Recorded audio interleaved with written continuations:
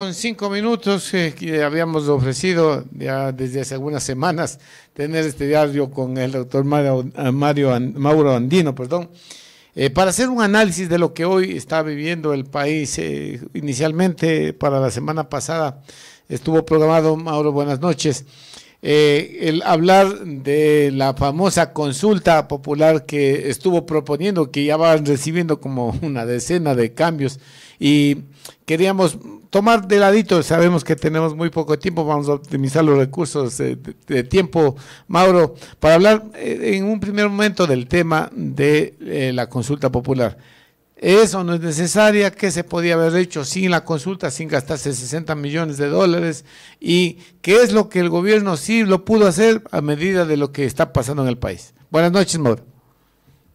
No, Germán, qué gusto poder saludar contigo, con toda la audiencia. Gracias por la invitación. Efectivamente, el presidente Noboa ha insistido en su primer pliego de preguntas relacionados básicamente con reformas al Código Orgánico Integral Penal.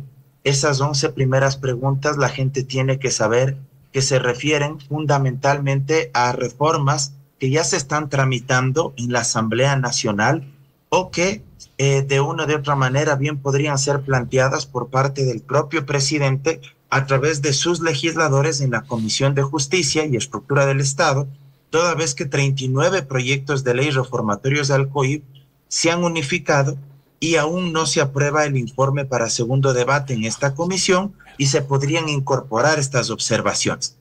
Por fuera de esas 11 preguntas iniciales, el presidente Noboa ha desistido de la pregunta 11 relacionada con el tema de casinos, juegos de azar.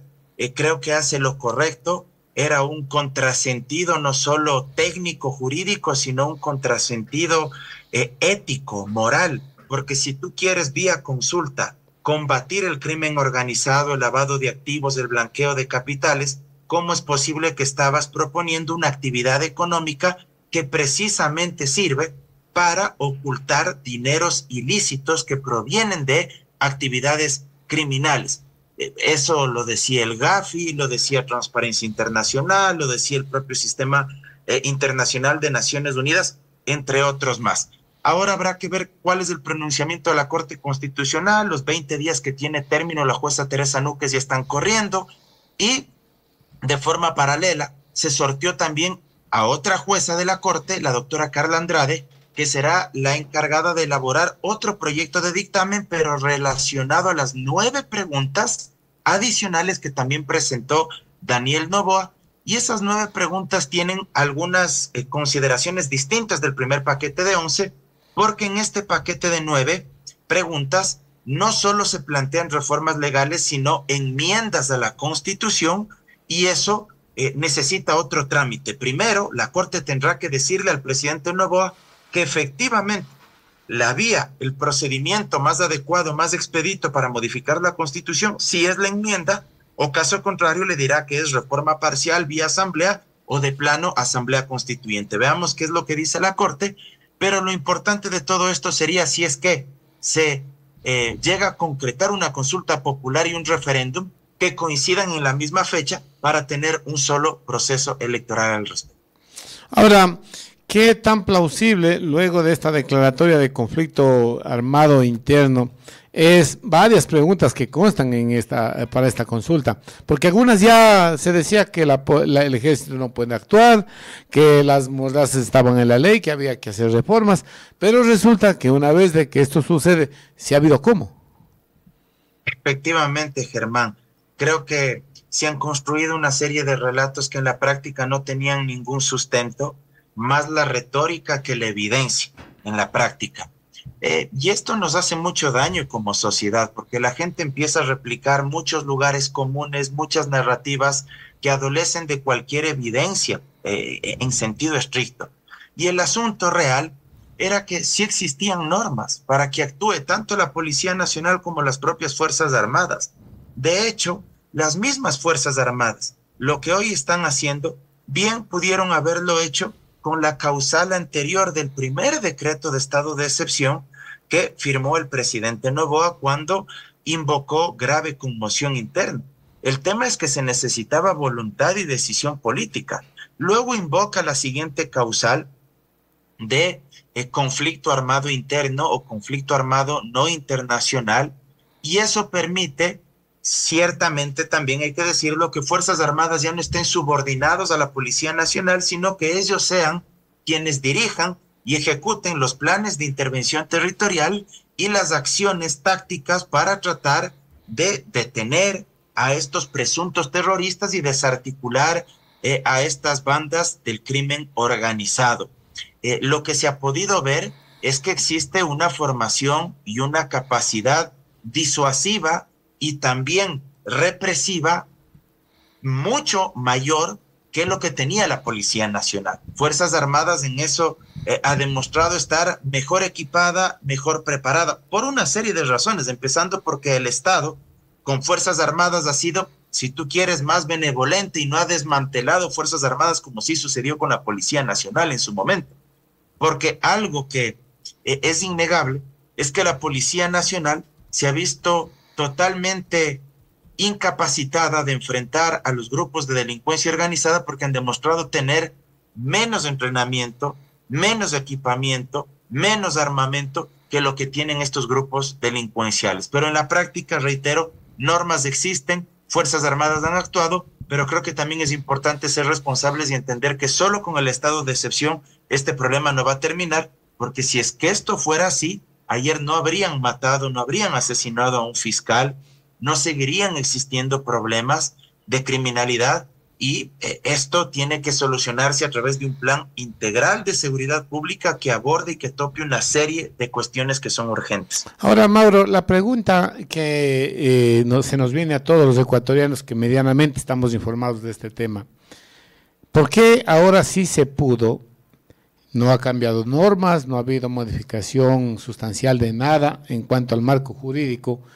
¿Y por qué Noboa sí lo hizo? ¿Por qué Lenín Moreno? ¿Por qué Guillermo Lasso no lo quiso?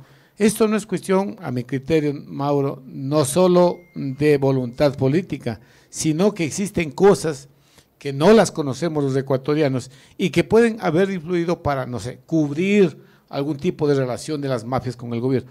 ¿Qué crees tú? ¿Qué es lo que puede haber pasado con los dos expresidentes que dejaron que esto se recrudezca hasta los niveles que hoy vivimos?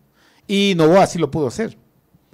Mira, yo creo que hay algunos factores ahí a analizar. Como antecedentes, me parece que en el gobierno de Lasso esto termina ya por explotar y por estallar, entre otras cosas porque no tenía un equipo adecuado, no estaba rodeado de gente que conozca de la materia en términos de política criminal, de inteligencia y contrainteligencia, de prevención y persecución del delito. Creo que el desmantelamiento del Estado también a partir del gobierno de Lenín Moreno y que se recrudece con Guillermo Lasso es uno de los factores más preponderantes. Por desmantelamiento del Estado me refiero a estas políticas de austeridad excesiva, radical, eliminar ministerios. Por ejemplo, se eliminó el Ministerio de Justicia y Derechos Humanos, que tenía a su cargo el sistema de rehabilitación social. Se le quitó capacidades institucionales a la policía. No era que no tenían normas para actuar, lo que no tenían era armamento, chalecos antibalas, municiones, entrenamiento, capacitación. Fíjate que en el gobierno de Lasso se instauró esta lógica de tener policías express graduados en 6 meses. Yo pregunto, ¿quién en su sano juicio puede creer que un chico de 18, 19 o 20 años que se gradúa de la policía como policía de tropa en 6 meses está ya preparado para enfrentarse a los grupos de delincuencia organizada? Yo creo que es un absurdo eso.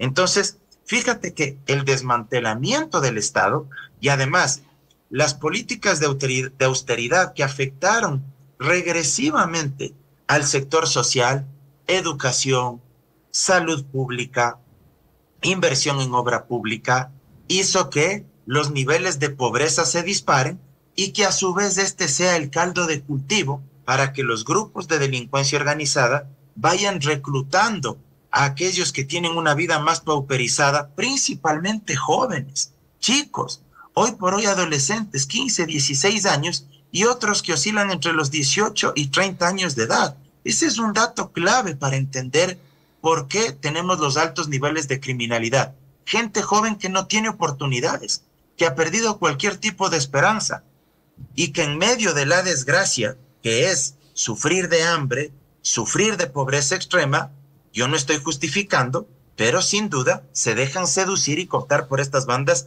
del crimen organizado. Y otro elemento importante, creo que sí hubo cierta connivencia principalmente entre el gobierno de Lazo y ciertos actores. Hasta ahora está ahí investigándose el famoso caso León de Troya, Gran Padrino, donde estaba vinculado su cuñado Danilo Carrera con el asesinado Rubén Cherres, de quien ya nadie habla. Nadie dice absolutamente una palabra respecto del asesinato de Rubén Cherres, vinculado presumiblemente también con la mafia albanesa. Nadie habla de los generales que propiciaron e incidieron para que se archive esa investigación en la Policía Nacional, de la propia excomandante general Tania Varela, de los generales Ponce y Vargas. Nadie se pronuncia respecto de esos casos. Entonces creo que hubo una serie de factores que se fueron encadenando y que al final desembocaron en la crisis que hoy vivimos. Pero reitero, creo que hay que ver este problema desde una perspectiva mucho más profunda. No hay que tener una sobreexpectativa o confiarse de que únicamente con lo que ha hecho hasta ahora el presidente Noboa esto se va a solucionar. Es necesario depurar la policía, es necesario depurar Fuerzas Armadas con pruebas de confianza y polígrafo en mano. Es necesario depurar el sistema de justicia sin jueces y fiscales corruptos, pero también a los honestos y a los buenos funcionarios judiciales garantizarles su vida, la integridad de sus familias. Es necesario destinar el presupuesto y ejecutar el presupuesto en cada una de las carteras de Estado. Es inaudito que solo el año pasado, en el primer semestre, cierro con esta idea, el Ministerio del Interior, que era el encargado de precautelar y de ejecutar la política pública en materia de seguridad, apenas tenía ejecutado el 8% del 100% del presupuesto. Entonces, ¿qué te refleja eso? Que si hay incapacidad para ejecutar el presupuesto asignado a cada uno de los ministerios, esto tampoco se va a solucionar de la noche a la mañana. Ahora, Mauro, hay un tema que yo analizo, no he escuchado este análisis en lo que vamos haciendo el seguimiento de esta crisis que vive el país, que parece que le falta piezas a este rompecabezas en el tema del combate al narcotráfico, porque vemos presos, muchachos, jóvenes, gente pobre, gente indigente, gente que ha caído en las garras de la drogadicción.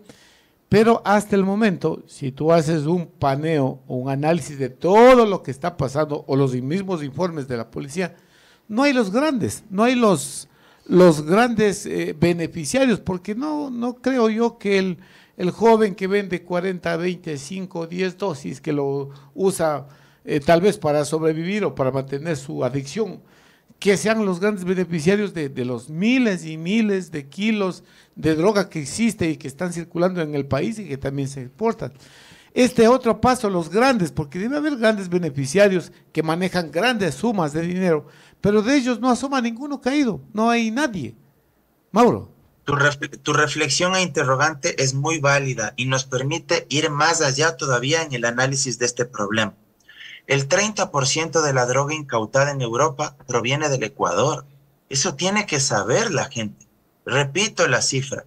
El 30% de la droga incautada en el Ecuador incautada en Europa, proviene del Ecuador. Y esa droga no llega volando. Esa droga sale de aeropuertos, y bueno, sí llegaría volando, ahí sí, y de aeropuertos. Pero sobre todo de aeropuertos. Y en el país tenemos 10 puertos, la gran mayoría son privados, pero hay que mejorar los controles en ese sector.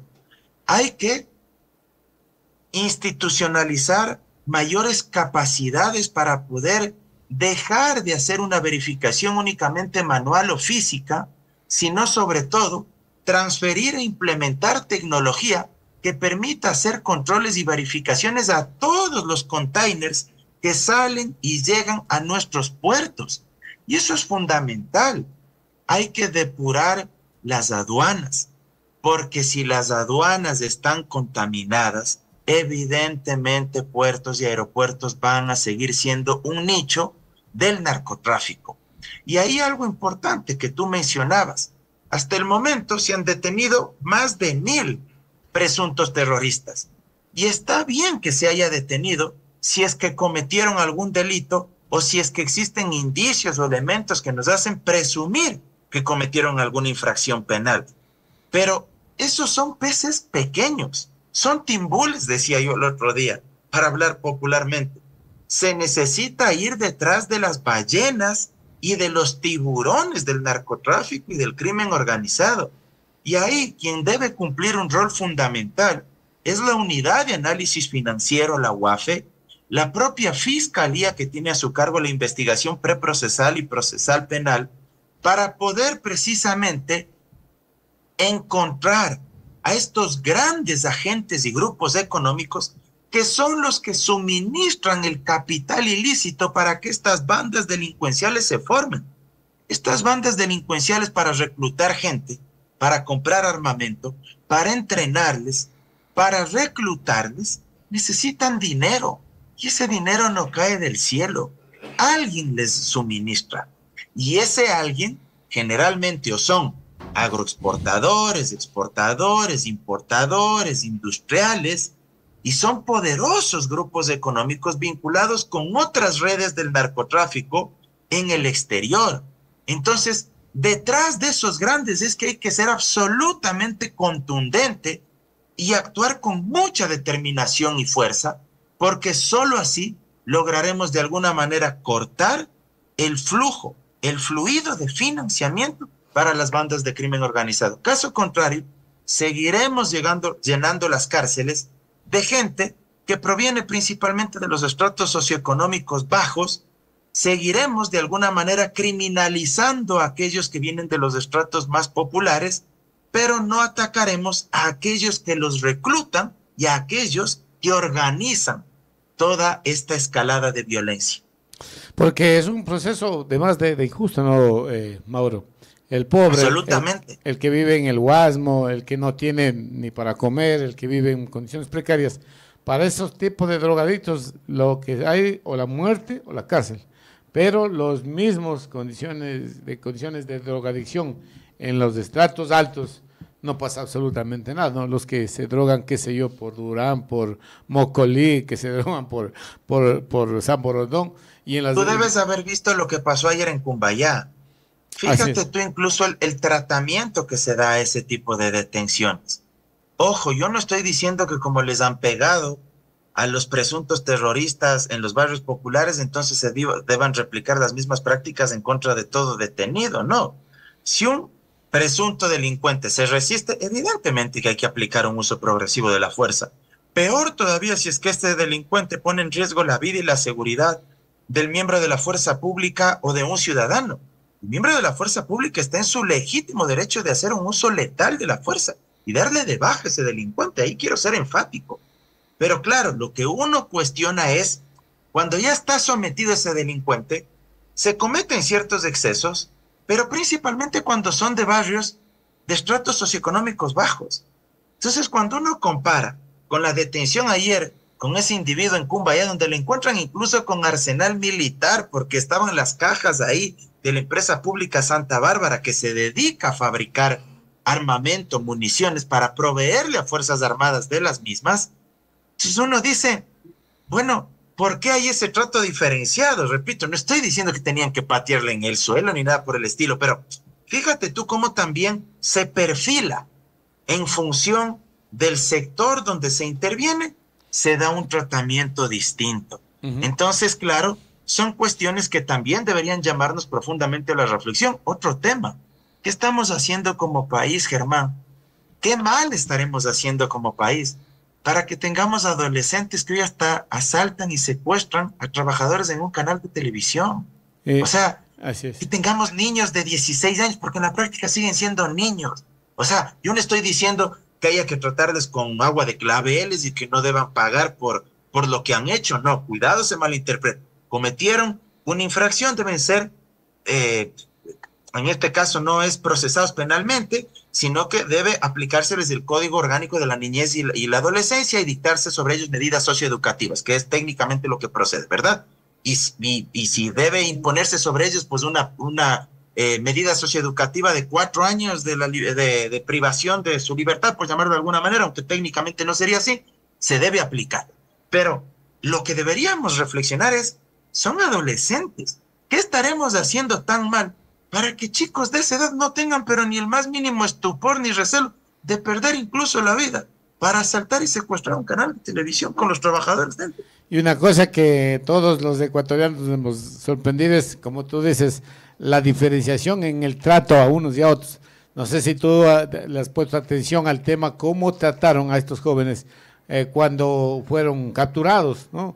De una forma, y en otros casos, claro, el abuso policial y militar es exagerado, hasta ridiculiza. Yo creo que hasta cierto momento hay hasta la violación de derechos humanos. Ya le cogiste, como tú decías hace un momento, se resistió al arresto, puso en riesgo la vida del militar, del policía. Obviamente hay que actuar conforme a las circunstancias. Pero si tú ves a los señores que entraron a los jóvenes, niños que entraron en el canal, en el T-Centro, les tratan de forma diferente. Ellos incluso van riendo y la policía atrás. ¿No te suena eso como que algo raro está pasando por ahí? Que mucha gente ha compartido un tipo de, no sé si tú conoces el complejo de canales que existe frente al aeropuerto.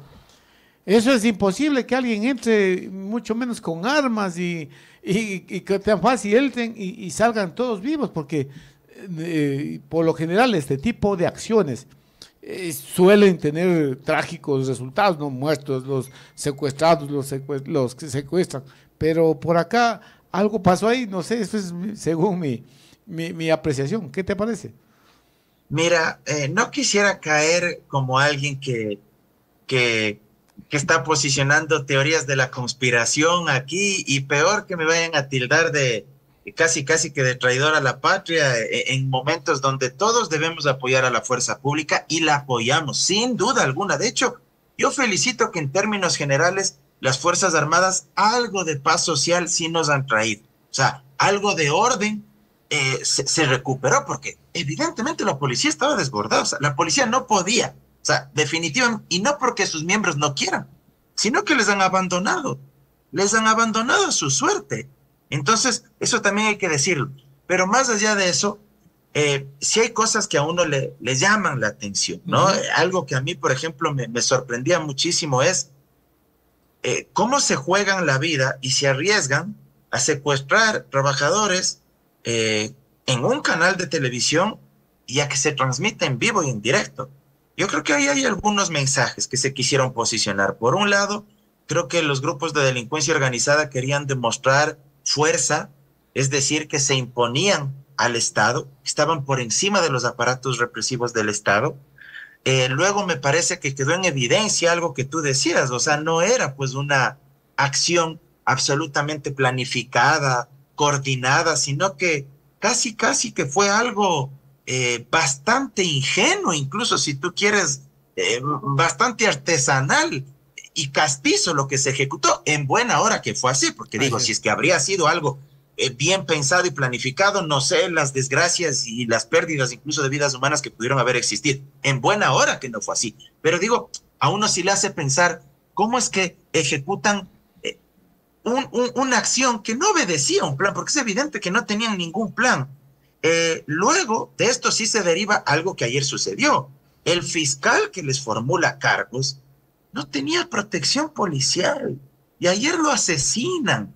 O sea, ¿cómo es posible que el fiscal que les formula cargos, que pide ante el juez de garantías penales que se dicte prisión preventiva en contra de todos estos delincuentes, la policía, la misma fiscalía, el Ministerio del Interior, le dejen abandono? O sea, son cosas inentendibles, como es inentendible y es discriminatorio que la policía piense que los aspirantes a la fuerza pública y que van a entrar de aquí en adelante no puedan tener tatuajes, porque si tienen un tatuaje, entonces probablemente, no sé, sean delincuentes o tengan algún tipo de pasado judicial medio oscuro. O sea, mira, yo tengo tatuado en mi brazo derecho el rostro de mi madre, que en paz descanse, que siempre lo saco a colación cuando tú tienes la generosidad de invitarme, porque porque fue de la provincia de Bolívar, de Chimbo, orgullosamente. Y en mi brazo izquierdo yo tengo un tatuaje que representa la relación tan especial que tengo yo con mi padre y con mi hermano. Somos muy unidos. Pero mira tú lo que es pensar que por los tatuajes entonces se va a depurar la Policía Nacional. O sea, hay unos absurdos en este país que, créeme, a veces digo, ni en un país africano, con el respeto para los países africanos, pero que es el tercer mundo, poco más, créeme que se tomarían este tipo de decisiones o de medidas. Absurdas. Finalmente sabemos que ya estás pasando 5 minutos. Cortito, Mauro, Tranquilo. por favor. El tema de la intención del gobierno de emitir una ley en la que se suba el IVA en 3 puntos. ¿Qué te merece la opinión y la negativa del bloque de la Revolución Ciudadana para no hacerlo? No estoy de acuerdo con esa medida, si bien hay una crisis económica que el propio gobierno la ha confesado, un déficit fiscal de 5.000 millones de dólares, según varios expertos, una deuda pública interna y externa consolidada de 81.000 millones de dólares. Eso sí, datos del Banco Central, certeros, no relatos, no narrativas. O sea, Lazo nos dejó en soletas, con la caja vacía y con el Estado prácticamente quebrado, y con la cuota o el límite máximo de endeudamiento con los multilaterales de crédito, pero en su máximo nivel, para que la gente nos entienda, como cuando uno ya no tiene cupo en la tarjeta y uno va y quiere pagar con la tarjeta y la señorita o el señor del almacén le dice a uno, sabe que no le pasa la tarjeta porque ya no tiene cupo. Así más o menos nos dejó Lazo. Si bien hay que recaudar, es una contradicción ética y técnica que el presidente diga que con el aumento del IVA se va a recaudar 1.300 millones de dólares al año y sin embargo acabó de perdonarles, y lamentablemente con la anuencia de la Asamblea, 1.300 millones de dólares a los 500 grupos económicos más poderosos que no pagaban sus intereses, sus multas, sus recargos, porque no habían pagado los impuestos al SRI. Impuestos que tú, que yo, que la gente de Guaranda, de Chimbo, sí pagan. O sea, es una contradicción. Los mismos 1.300 millones que va a recaudar supuestamente con el IVA año tras año, le acabó de perdonar hace poquito a los 500 grupos económicos más importantes. Pero te planteo varias propuestas, alternativas que sí hay. Por ejemplo, ¿por qué no graba con un impuesto especial las utilidades extraordinarias de la banca? Eso es fundamental. La banca tuvo utilidades netas el año pasado, netas, o sea, limpiecitas, de 775 millones de dólares aproximadamente. Netas, limpiecitas esas utilidades. La banca no ha dejado de ganar ni en pandemia ni durante la época de post-pandemia. ¿Por qué no se grava con un impuesto especial a las farmacéuticas? Si las farmacéuticas son las que más dinero han ganado, se aprovecharon de la crisis sanitaria, del derecho a la vida y a la salud de la gente, porque en un inicio ni siquiera se regulaban los precios ni de las mascarillas, ni de las pruebas PCR. Todo era al viva la fiesta y a mercantilizar estos productos y sacarle la máxima rentabilidad, aunque la gente se muera o aunque no pueda acceder a estos productos. Entonces, ahí se puede acceder a ingresos. ¿Por qué no aumentamos el impuesto a la renta de estos grandes grupos económicos? No a la clase media, no a los sectores populares, estos mismos 500 grupos económicos, incluida la banca, que se les aumente el impuesto a la renta, que paguen más por concepto de renta año tras año. ¿Por qué no se renegocian los contratos con las empresas telefónicas?